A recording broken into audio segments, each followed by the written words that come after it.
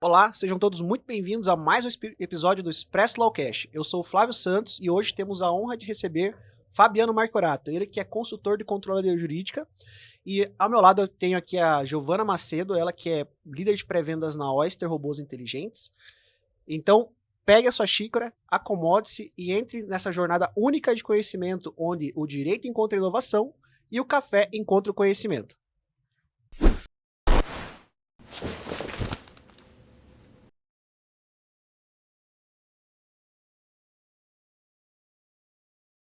Olá, Fabiano, tudo bem? Olá, tudo bem e Prazer em receber vocês? você aqui hoje. Prazer todo Você, meu. como consultor em gestão da qualidade jurídica e controladoria, poderia explicar para a gente quais são as principais atribuições da controladoria em um escritório e como ela contribui para uma gestão inteligente e eficiente?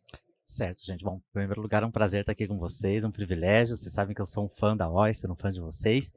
E a controladoria jurídica, você trouxe uma questão muito importante, muito bacana, que é a questão das atribuições.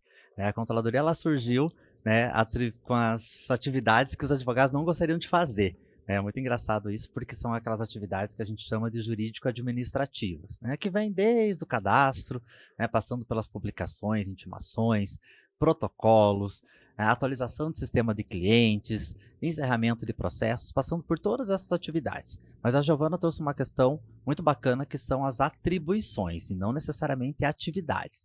Então eu costumo dizer que a controladoria ela não realiza atividades, ela garante que o cadastro seja feito da melhor forma, que as publicações sejam lançadas da forma correta, que os protocolos sejam realizados nos processos corretos e assim por diante. Então essa é a principal diferença entre atividade e atribuição. Então eu costumo dizer que a controladoria, ela trazendo para si essas atividades, ela traz muito mais assertividade, né? Tira do advogado, né, o foco dessas atividades que são consideradas jurídico-administrativas, porque a hora do advogado lá da produção jurídica é um pouquinho mais cara. Então você consegue ter mais assertividade e consegue ter um custo direcionado ali quando essa atividade está direcionada num outro departamento e, consequentemente, você traz mais lucratividade porque você tem realmente, né, aquela atividade direcionada, padronizada, né, fazendo com que o advogado consiga focar naquilo que ele faz de melhor, que é atendimento ao cliente, construção de novas teses e assim por diante.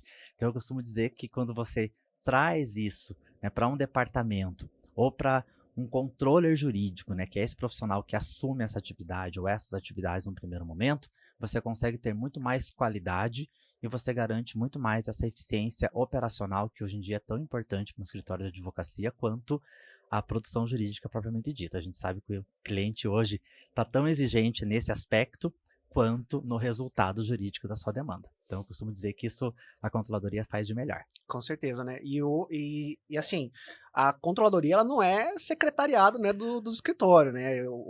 A gente tem aí, a gente vê, né, na Oyster, a gente atende muitos escritórios, que a gente vê ali a controladoria, né, entre aspas, ali, muito refém das outras áreas, né? E não exerce exatamente ali a atividade de controladoria, não tem Isso, atribuição de controladoria. Fica isso. muito mais refém fazendo um serviço de secretariado, né? Ah, faça isso, faça aquilo, né? É muito mais Isso. demandado do que faz essa gestão da informação, né? Perfeito. Por isso que é importante ter essa clareza de atribuições, né? Daquilo que é do jurídico, daquilo que é da controladoria, daquilo que é do financeiro, daquilo que é da recepção, né? Justamente para que a gente tenha realmente essa clareza, para poder realmente ter a exigência de cada um dos lados, para que realmente não haja essa confusão. O que a gente tem que tomar muito cuidado é de não confundir o controller jurídico com a controladoria jurídica. Eu costumo dizer que quem faz tudo não confere nada, né? E o controller jurídico, a controladoria, tem função de garantir que haja essa eficiência, haja essa segurança jurídica, haja essa qualidade jurídica e principalmente garantir a segurança operacional e a segurança reputacional do escritório.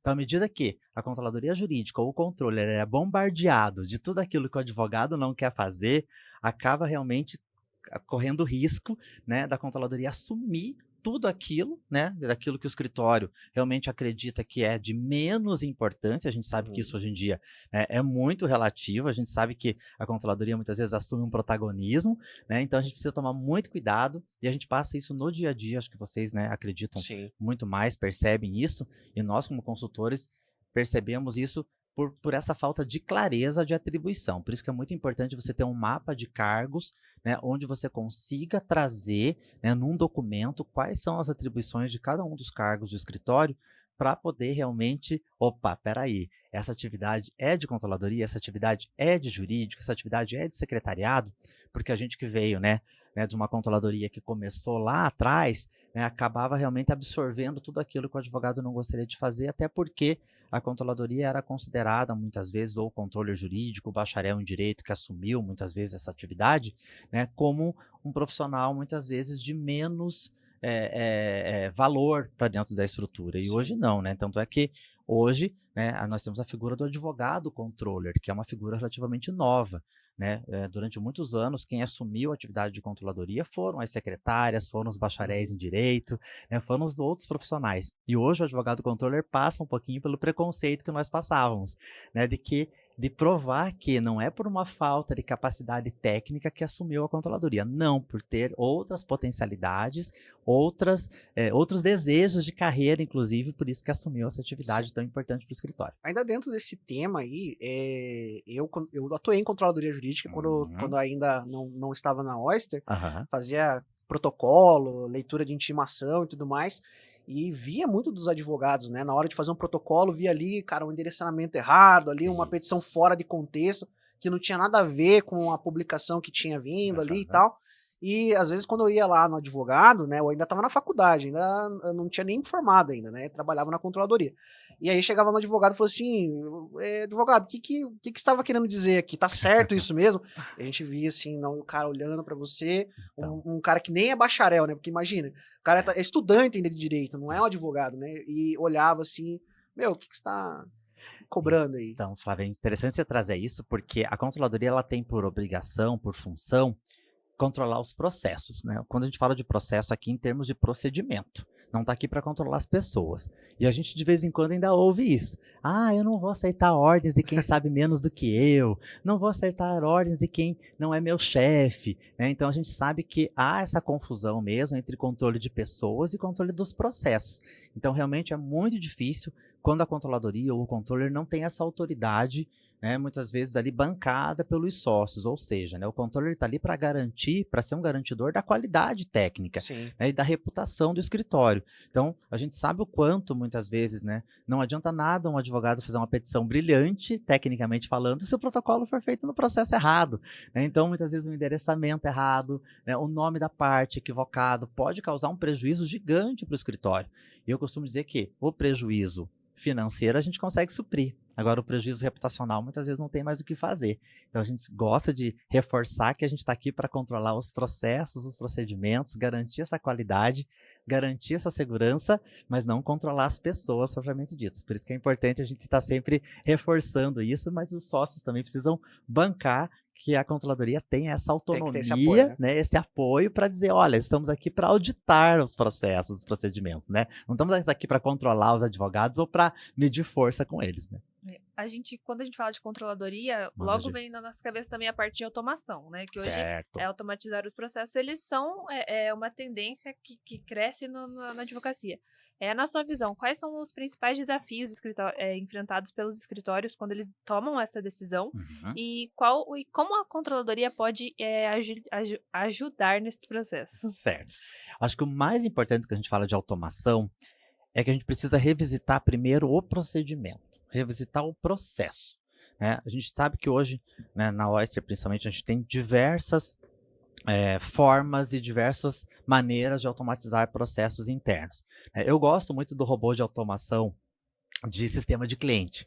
Né? Por quê? Porque é um robô de fácil implementação, né, onde a gente consegue ter muita assertividade na atualização do sistema dos clientes, porque a gente sabe que o cliente empresarial hoje não quer mais nem o nosso relatório. A gente fala tanto de relatório para cliente, mas o cliente quer que a gente alimente o sistema dele para que ele tire o próprio relatório. Né? Ele quer o padrão de qualidade, o padrão de informação dele. Né? Então, eu gosto muito da ideia de que a gente precisa repensar primeiro o processo, porque se a gente for direto para a ferramenta de automação, a gente vai automatizar da forma equivocada. A gente vai coçar a orelha esquerda com a mão direita ou vice-versa. Né? Então, a gente precisa olhar para o procedimento primeiro, para daí sim começar, né, a implementar as ferramentas.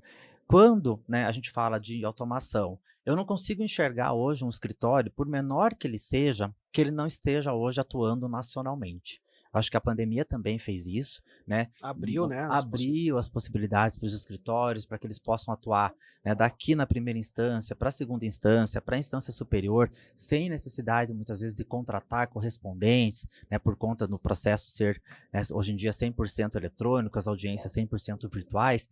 Então, eu acredito hoje que essa pulverização dos escritórios e das intimações deles também, né, do fato de estarem, né, no PJE, estão no EPROC, estão no Projude, estão no JPE, estão em todos os sistemas, fez com que os escritórios pensassem também, né, em trazer a automação das suas intimações eletrônicas, né? Então, isso também me faz repensar muito o fato de que os escritórios precisam ter um olhar sobre os painéis eletrônicos de forma muito mais automática, né? Com essa auditoria também, que é muito importante, porque o ser humano erra, né? Então, quando você tem uma plataforma, uma ferramenta, né, de automação que faz essa varredura de todos os sistemas onde você atua, é maravilhoso, né? Isso traz uma assertividade, uma segurança que, infelizmente, nós, seres humanos, não podemos garantir, né? Então, a gente sabe que isso é muito bacana também, e essa pulverização trouxe essa insegurança, muitas vezes, para os advogados, de pensar, meu Deus, será que o Flávio está olhando todos os meus painéis? Será que a Giovana não esqueceu, ou não passou, não pulou nada, não pulou nenhuma intimação no meu painel eletrônico, né? E principalmente porque a ferramenta de automação, ela vai buscar a intimação eletrônica, propriamente dita, lá no painel de intimação, não vai buscar o andamento processual. Mas isso também me traz uma reflexão, é de que muitos advogados, gente, ainda não sabem a diferença das publicações em diário, das intimações que são eletrônicas lá no painel.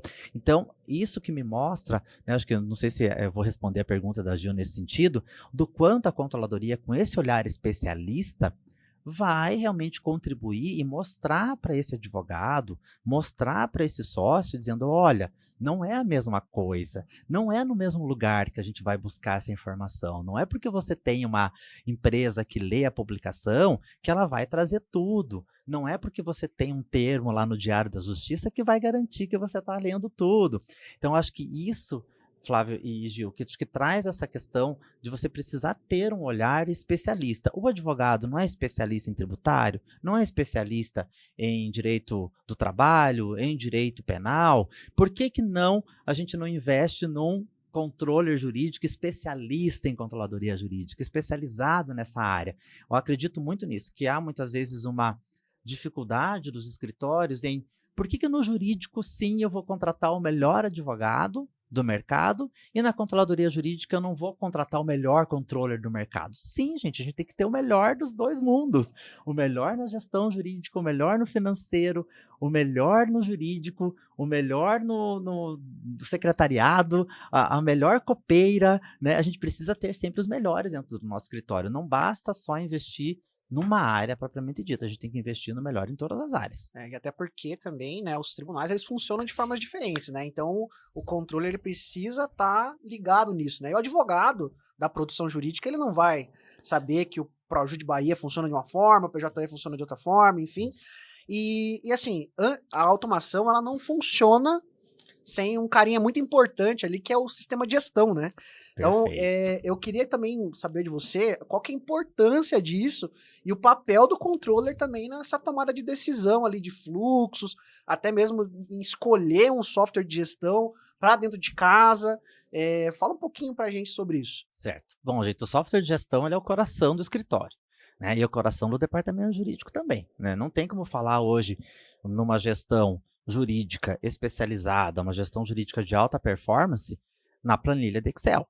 Apesar de a gente saber que tem muito escritório que ainda funciona super bem ainda na planilha, o que é mais difícil ainda da gente mudar a cultura. Porque, Fabiano, sempre trabalhei com a planilha e sempre funcionou. Sempre funcionou. Né? Então é mais difícil ainda. Quando a pessoa, né, já teve um problema, né, perdeu a planilha, perdeu o prazo, né, mas a gente precisa entender que não existe dado, né, fidedigno, não existe como você ter um mapa, né, da evolução da sua carteira ou da redução dela, se você não tem um sistema de gestão realmente, né, bem alimentado. Eu costumo dizer que, além dele ser o coração do escritório, ele precisa ser realmente bem alimentado. né? Não há sistema de gestão hoje que ele se retroalimente 100%. Claro, a gente sabe que existem alguns softwares que você consegue trazer sistemas, informações direto do judiciário, outros que eles são um pouco mais manuais, mas 100%, né, você vai precisar olhar para essa informação. Eu costumo dizer que a gente precisa fazer uma boa análise de requisitos, né? O software de gestão ele precisa atender o escritório como um todo, ele não pode atender só o jurídico, não pode atender só a controladoria, não pode atender só o financeiro, não pode atender só o societário, só o consultivo. Há uma série de requisitos que precisam ser analisados. Por isso, né, da importância da contratação, muitas vezes, de uma consultoria especializada, né, para que você consiga também fazer uma implementação assistida, né, onde você já possa trazer elementos de controladoria durante a implementação do software de gestão, para que você possa extrair o melhor deles já no começo. Ou seja, vamos começar a cadastrar os processos, já vamos cadastrar de forma, né, que você consiga estabelecer o que o jurídico vai cadastrar, o que a controladoria vai contribuir, o que o financeiro vai precisar inserir, né?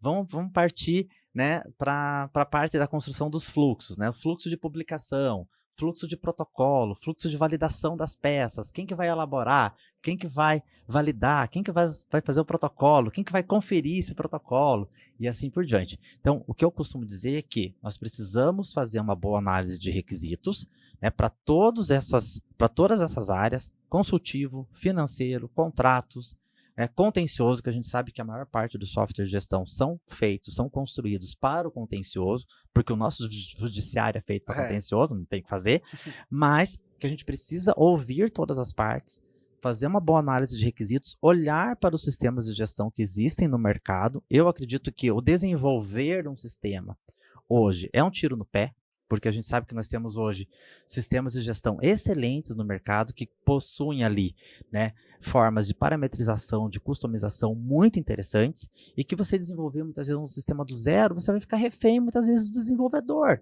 Então você só vai mudar vai continuar refém, você vai mudar o problema de lugar. Praticamente tirar o custo que você teria com o fornecedor para ter isso dentro de casa, ainda com todos os ônus, né? Porque tem a questão trabalhista, tem a questão de você tem que contratar um desenvolvedor para ficar ali mantendo a sustentação. Se a pessoa sai até achar outra pessoa que entenda o sistema, sai até mais caro.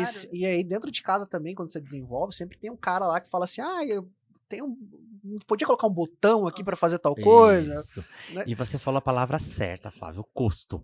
É enxergar isso, enxergar a parametrização, enxergar a customização, né, as horas de desenvolvimento, porque por mais que o software seja de prateleira, ele vai precisar realmente, né, ser customizado para a sua operação. Então, é enxergar isso como custo operacional e não como despesa.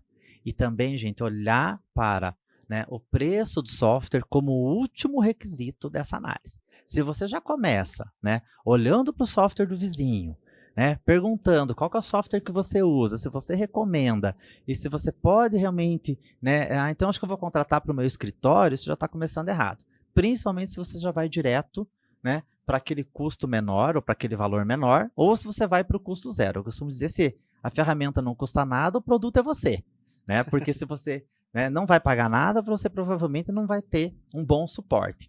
E eu costumo dizer também que não basta você ter uma boa pré-venda, né, ou uma boa venda, mas você precisa ter realmente garantias de um bom suporte, principalmente durante o processo de implementação, claro, no pós-venda, né, e depois, claro, durante, né, a usabilidade do sistema, porque a gente aprende, é igual na autoescola, a gente aprende a dirigir, não, a gente só aprende a passar no teste do Detran, a gente só vai aprender a dirigir depois. A implementação do software é a mesma coisa. Mas eu acredito também muito que há uma dificuldade de engajamento das equipes. As equipes precisam se engajar, e que é uma grande responsabilidade delas internamente em relação ao sucesso da implementação da ferramenta. Muitas vezes a gente percebe que está lá o usuário, né? Eu tenho uma amiga minha de TI que fala que o usuário bom é o usuário morto, né? Então a gente tem que, né, entender que não é para tanto, mas muitas vezes o usuário está lá, fecha a câmera durante o treinamento, continua peticionando, continua fazendo outra coisa, continua trabalhando, não presta atenção, e depois, no final, na hora do vamos ver, na hora que o bicho vai pegar, que virou a chave, né, vamos começar a usar o sistema, opa, o sistema não é bom, e você não participou ativamente do processo de implementação. Então, acho que há uma dificuldade, muitas vezes, de comprometimento da equipe. Eu costumo dizer nos projetos que eu implemento junto, principalmente nessa implementação assistida que eu faço de diversos softwares, de que há uma necessidade de engajamento e eu faço todo mundo ficar de câmera aberta e me Pra ver se tá prestando passar atenção, no né? final do treinamento, do final do processo de implementação, as suas percepções, suas dúvidas. Ah, não teve dúvida? Eu falei, não é possível. Todo mundo tem dúvida no final de uma implementação, no final de uma reunião, né? Ou é num botão, ou é num fluxo, ou é num desenho de qualquer coisa, sempre há dúvida. Se não tem dúvida, ou não prestou atenção, né?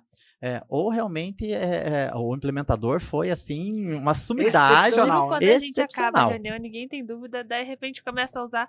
Ai, Ai, Fabiano, eu tô com uma dúvida aqui. isso, Mas isso foi falado no treinamento, e por que você tá com dúvida? isso é muito interessante, porque nós somos consultores de controladoria. Nós não somos consultores da ferramenta. Claro que na usabilidade a gente conhece, vai entendendo, vai se, Sabe né, como funciona, vai né? sabendo como funciona, mas a gente precisa separar, né, porque a gente está aqui para dizer as boas práticas da usabilidade do sistema, mas questões muito técnicas realmente fica a critério, fica a cargo, né, das empresas de implementação, das empresas de software ou de automação. Mas eu acredito que a maior parte das vezes há uma dificuldade do usuário e principalmente em razão desse não comprometimento 100% com o projeto. Precisa ter gente ali que se envolva e que o líder desse projeto interno, né, do escritório ou do departamento jurídico, faça com que a sua equipe se comprometa também. Vamos junto, porque senão depois, gente, é um pandemônio.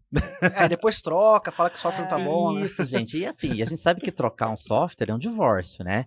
O risco é muito grande, o risco de perda de dados é muito grande, né? Há uma questão cultural muito forte que já se estabeleceu ali, né? Quando a equipe está engajada, a coisa funciona super bem. Mas quando há uma falta de engajamento já no começo, a gente sabe que o projeto está fadado ao fracasso. Com certeza. E agora, olhando um pouco pro futuro, Manda. já indo caminhando pro final aqui do nosso Ah, podcast, quais são as tendências que você enxerga aí pro futuro da controladoria, questão de inovação, tecnologias emergentes, o que que você pode dizer para nós aí? E conselhos aí pros próximos controllers, Pra enfim. geração nova. boa, boa.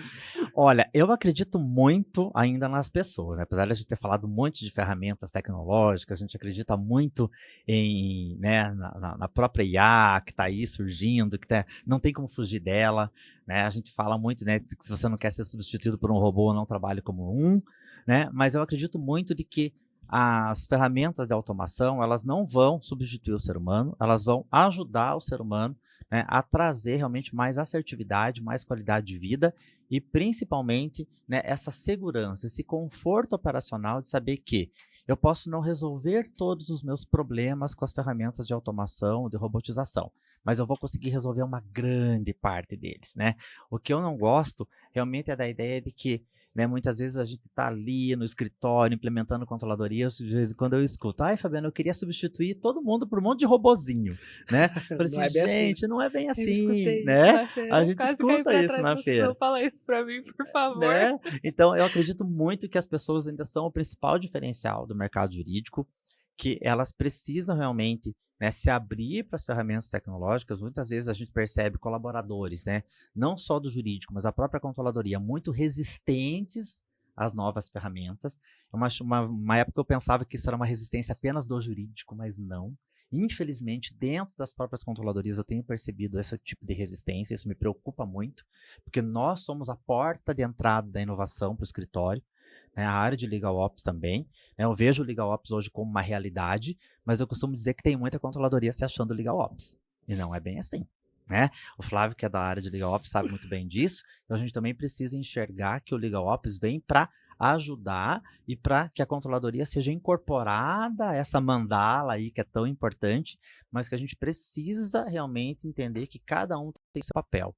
Não há demérito nenhum na controladoria, né? A gente precisa realmente enxergar que a controladoria faz parte desse jogo, né? Onde o financeiro, o marketing, o administrativo, tudo isso vai fazer parte desse ecossistema da gestão jurídica, que não há, né, um grau de maior ou de menor importância nesse sentido. Mas eu acredito que a IA, a automação, é um caminho sem volta, né, principalmente para trazer essa garantia de que todo, né, todo o o meu ecossistema da gestão está sendo mapeado, de que o meu sistema de gestão está bem alimentado, de que o sistema de gestão do meu cliente está realmente bem alimentado e que vai fazer diferença aqui é realmente, né, um colaborador que seja questionador, que consiga fazer uma boa análise de dados, que traga dados do seu trabalho, né, que consiga mostrar o quanto a controladoria faz diferença dentro da operação. Eu costumo dizer que não basta botar o ovo, a gente tem que cacarejar, né? A gente tem que mostrar o trabalho. A controladoria só é enxergada muitas vezes quando erra, e a gente precisa, na medida do possível, né? Vai mostrando os dados, vai mostrando quantas fichas foram abertas no sistema, quantas intimações Mostrar foram o trabalho, né? lançadas, quantos processos foram encerrados, né? E cuidar principalmente, né, do provisionamento e do que é o que o cliente quer saber. Acho que o cliente mais empresarial importante, né? quer saber o quanto que ele vai pagar, quanto que ele vai gastar, mais ainda até do que a própria atualização ali mensal do seu sistema. Né, valor de provisionamento e do risco está ok, a gente precisa tomar muito cuidado com isso. A gente está final do ano aqui, né, não é uma época que todo mundo começa a olhar para a sua base de processos, mas não é só no final do ano que se olha para a base. Base de processos tem que ser vista todo mês, para evitar no final do ano de ter que começar um trabalho do zero aí para responder as auditorias dos bancos e demais empresas aí. Legal. Fabiano, muito obrigado por compartilhar seu conhecimento conosco. Imagina, Acho que gente. foi um bate-papo muito legal. Eu que A agradeço. gente estava esperando esse bate-papo aí do Fabiano. Eu já Foi estava difícil. enciumado, aí. Gente, todo dia mandando, Fabiano, quando você vai vir? Tinha que ser o zero, tinha que ser com o Fabiano. Imagina, gente. Eu que agradeço o carinho de sempre. Vocês sabem que eu sou um entusiasta aí da automação. Acho que eu fui um dos primeiros aí clientes da Oyster. Continuo defendendo a automação aí como sempre. E que a gente possa cada vez trazer mais automação, principalmente para quem acreditava que a automação era somente para os grandes escritórios. Acho que a gente, né, hoje enxerga que todo mundo quer estar todo mundo quer entrar no mundo da automação pode, né? e da robótica, porque todo mundo pode, principalmente por conta dessa ampliação aí, Legal. né, dos escritórios. Então, muito obrigado, Eu que Fabiano. agradeço. Então, se você gostou desse podcast, compartilhe com seu amigo aí, advogado, compartilhe com seu amigo controller jurídico, com certeza vai ser um conteúdo relevante para ele. E esse foi mais um episódio do Expresso Lawcast, onde o direito encontra inovação e o café encontra o conhecimento.